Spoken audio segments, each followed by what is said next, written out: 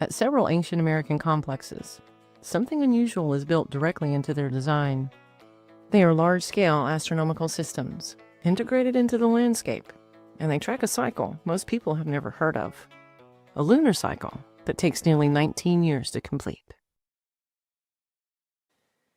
It's called the lunar standstill.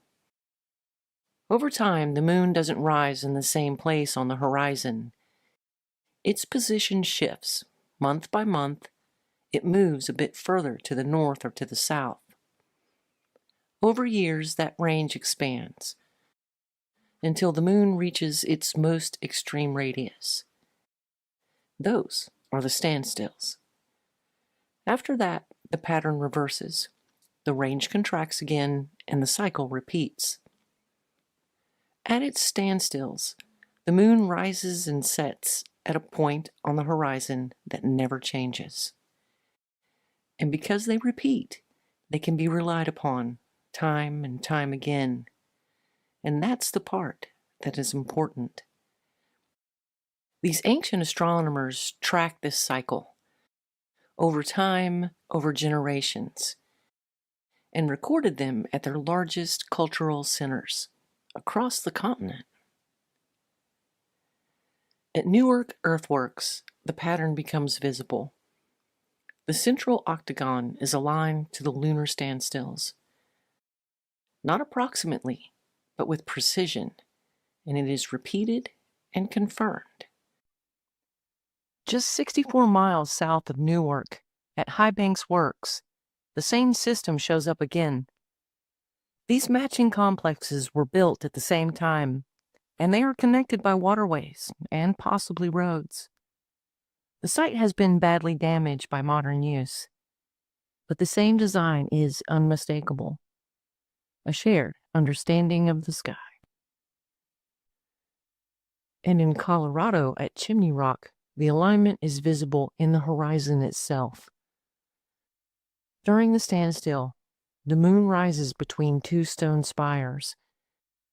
At the exact point, the cycle reaches its extreme. Not geometry on the ground here, but the landscape used as a marker and viewed from a precise location. At Chaco Canyon, the pattern extends across the landscape. Multiple structures placed with the same relationship to the horizon. Not a single alignment. Their system is the foundation of the entire site. And this matters because it isn't a one-year cycle like the sun. This is a stable marker in an unstable sky. One that let them track change across a much wider span of time. Not just where the moon is tonight, but where it is within that full cycle. The sun marks the seasons, and the moon marks a longer clock, one that takes 18.6 years to complete. And the stars shift even more slowly. These are three different systems, moving at different speeds, but only one of them gave them a reference point across the span of time. And when you realize that, you start to recognize what these places are doing. They are not just marking space, they are organizing it and passing that knowledge along to the next generation, using the same points to fix the movement of the sky to the ground. The alignments that have been found so far are located at large cultural hubs, once believed to be ceremonial centers, and I'm sure they were used for that. But what if there were much more?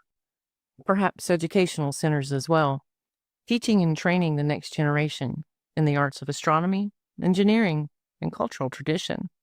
These places were not just grounding the sky, but the people as well, and they may have been part of something much larger.